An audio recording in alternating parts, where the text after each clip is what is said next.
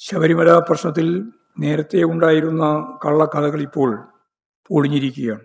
ജനങ്ങൾക്കത് നല്ല നിലയിൽ മനസ്സിലാക്കാനായിട്ടുണ്ട് എന്നാണ് അവരുടെ പ്രതികരണങ്ങളിൽ നിന്നും മനസ്സിലായത്.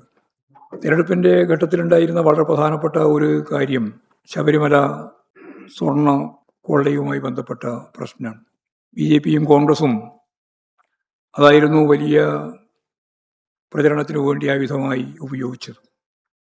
ഗവൺമെൻറ്റിൻ്റെ വികസനവും ക്ഷേമവും ഉൾക്കൊള്ളുന്ന കാര്യങ്ങളൊന്നും ചർച്ചയാവാതിരിക്കുന്നതിന് വേണ്ടിയുള്ള മറയായി വലതുപക്ഷവും BJPയും മാധ്യമങ്ങളും ഈ സ്വർണ്ണക്കൊള്ളയുമായിട്ട് ബന്ധപ്പെട്ട പ്രശ്നമായിരുന്നു ഉയർത്തി കൊണ്ടുവന്നത്. ഇത് ഇടതുപക്ഷത്തിനെതിരായിട്ട് മാറ്റാൻ വേണ്ടിയിട്ടുള്ള ബോധപൂർവമായ ശ്രമമാണ് നടത്തിയത് എന്ന് നമുക്ക് അറിയാം.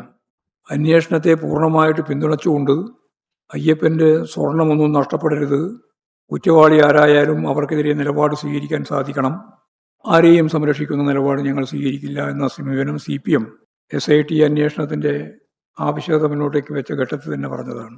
അതിൽ ഞങ്ങൾ ഒരു തരത്തിലും മാറിയിട്ടില്ല. എന്നാൽ മാധ്യമങ്ങൾക്കിപ്പോൾ പഴയ ഒരു ഉശിരില്ല.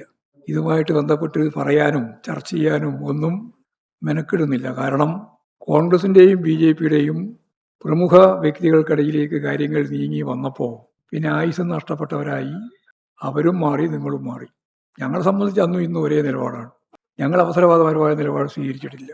ഇപ്പോഴും SITക്കെതിരായിട്ട് VD സതീശൻ പറയുകയാണ്, BJPക്കാർ പറയുകയാണ്.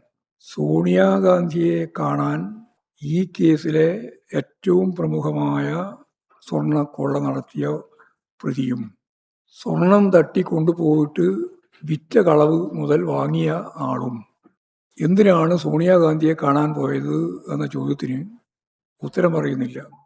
രാഹുൽ ഗാന്ധി തന്നെ പറഞ്ഞത് ഇങ്ങനെ ഒരു പ്രശ്നം അവതരിപ്പിച്ചതേ തെറ്റായി എന്നാണ്.